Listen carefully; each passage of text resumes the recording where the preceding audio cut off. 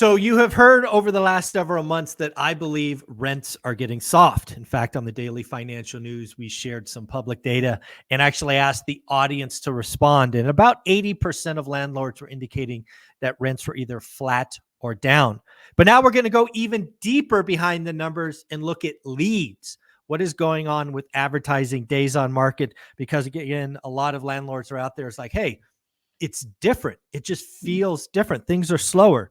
We're going to work with the CEO of Helion, who has thousands and thousands of units, lots of data, compare this year with last year, and see if it's just you or perhaps it's the economy. What's going on, Dana? Great. Thanks so much, Michael, for having me. So yes, we were a little bit puzzled, especially with the numbers that we've been seeing for September and early October. Just with days on market across the nation, nothing has changed. We still advertise to over 15 of the top listing websites. And so there wasn't much change, but we definitely saw days on market increase, as well as fewer tenant inquiries. And so I wanted to just share a couple of numbers with you. And that way, for the listeners here, they can kind of compare it to what they've seen, or if you have an upcoming renewal or slash vacancy, just to keep this in mind as you go through either the renewal process or putting it on market. So just historically, overall, there's a metric we track called percentage of our total units advertised. Okay. And so we track of all of the units we have, how many of them are on market. And what would you guess that number is trending over time?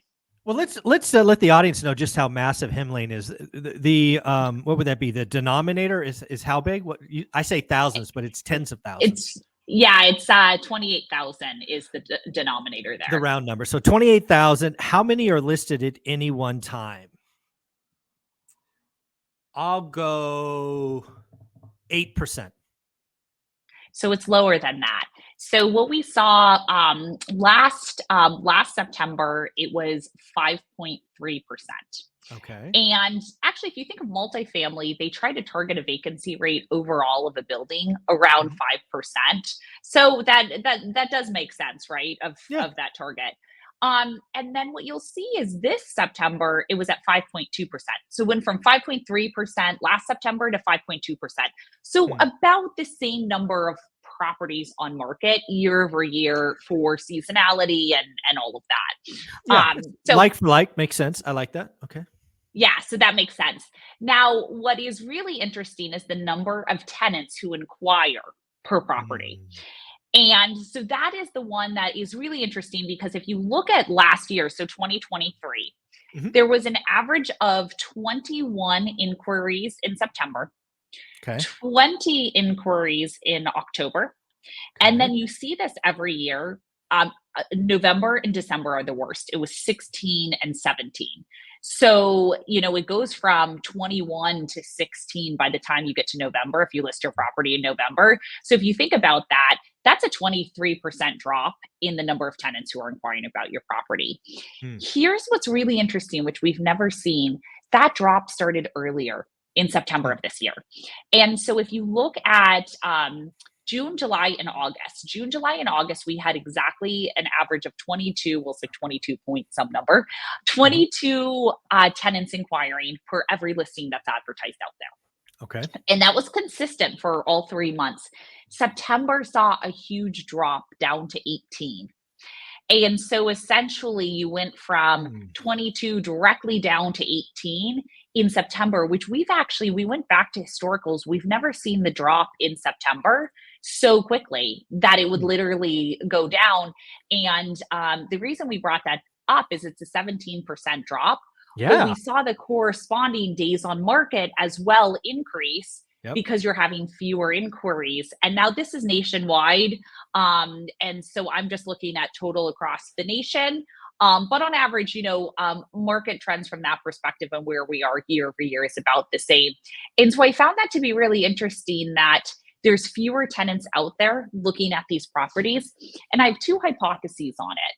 The first is owners are just thinking that the rental rates that they put on there can be higher because they saw in the inflationary years, and remember 2 years ago, people were increasing rents by 7% and tenants weren't flinching, right? Because they were looking at what was on the market. So one of them is that. The other one is just there are fewer tenants looking. They're kind of locked into where they are or living at home with their parents, etc. And so fewer tenants are looking. So it's just something to keep in mind that if you have a property on market now this September and you're comparing it to some vacancy you had last year or the year before, you're not going to be set up for as much success as you would have had historically.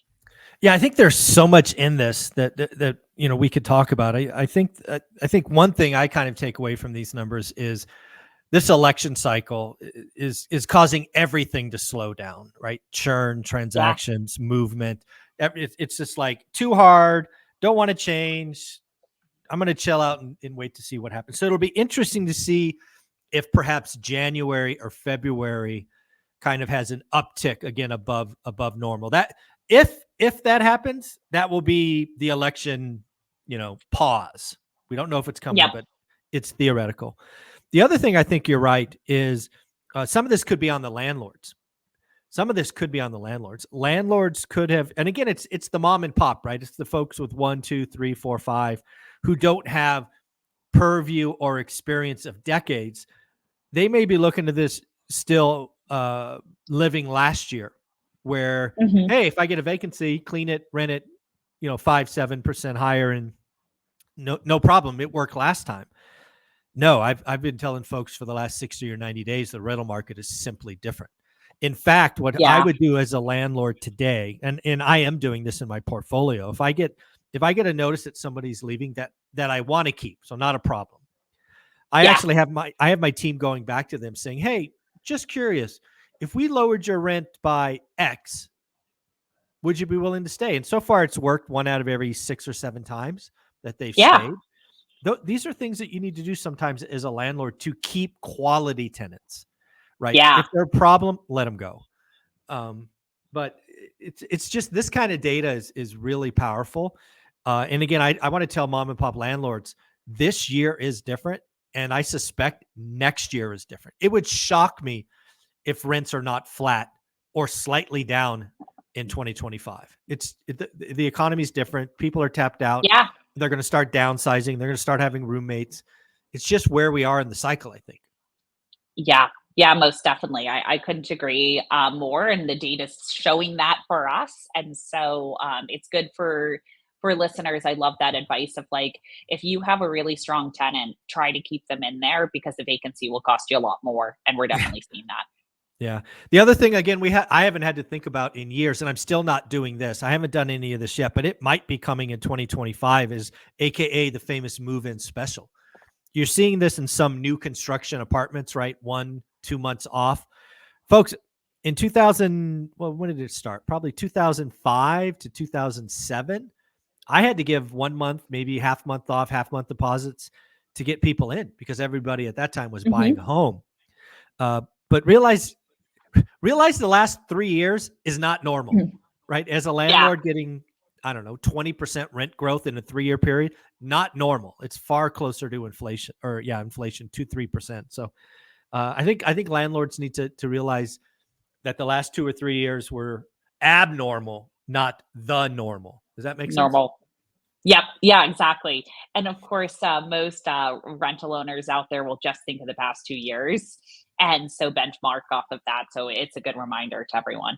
Yeah, I'm curious because I know you have a lot of data scientists out there. I'm curious with all the data you have, do you think we could host a school session just for my school members where they could ask about their city or their state, just what's going on behind the scenes? Because again, we're talking macro US, but if we did a Yeah. school scenario, somebody could say, hey, what's going on in Pittsburgh or what's going on in Alabama? Is the data sliced in a way where you could say, hey, give me a few seconds. Let me look at that. Is that possible?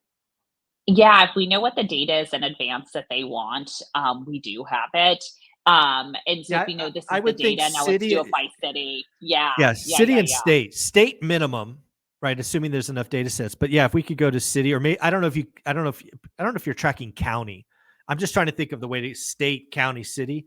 But I think there Yeah. might be some value in there because again, The school platform is rather controlled, 300 people there. There'll probably be 10 to 20 people that join. They may have info, and they could ask all kinds of questions, right? Medium rent, days on market. Totally. There's so much data there. Would that be something you and or someone in your team be interested in Yeah. doing in the next couple of weeks? Yeah, we would love that. And just in advance, knowing what those are so we can get them by city would be fantastic because the data is all there and structured in the back end. On the front end, we just need to make that more visible. Yeah, exactly. And again, folks, this would be something very private, very much for the school community. Do me a favor. If you are a school member or will be a school member in the next week or so, leave the city and state that you're in that you would have questions below in the comments. Dana goes through those, and we will get something scheduled in the next 2 or 3 weeks where you can get a sneak peek about what is going on in the rental market across the country. What do you think? I love it. I'm excited about it. And again, folks, don't forget, Helion offers all kinds of stuff for free. You could advertise your listing for free. You can get a free version of Helion. You can get I was going to call it a trial. Yeah, trial. I almost said proof of concept. Oh my God, old vocabulary. A trial and so much more from Helion. They just go to helion.com and they mention Orat for a discount, right? Yep, that's correct. Mention Orat, you'll get the highest discount that we have, which is 20% off that first year.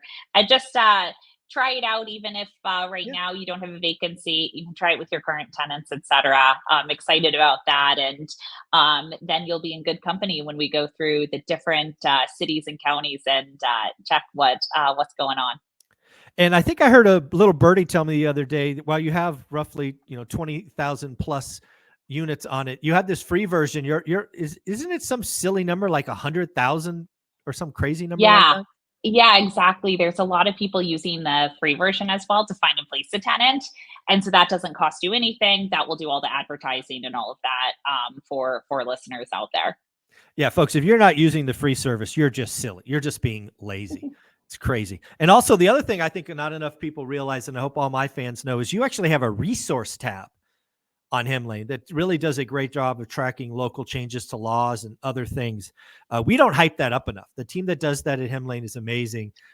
Is it just helion.com/resources?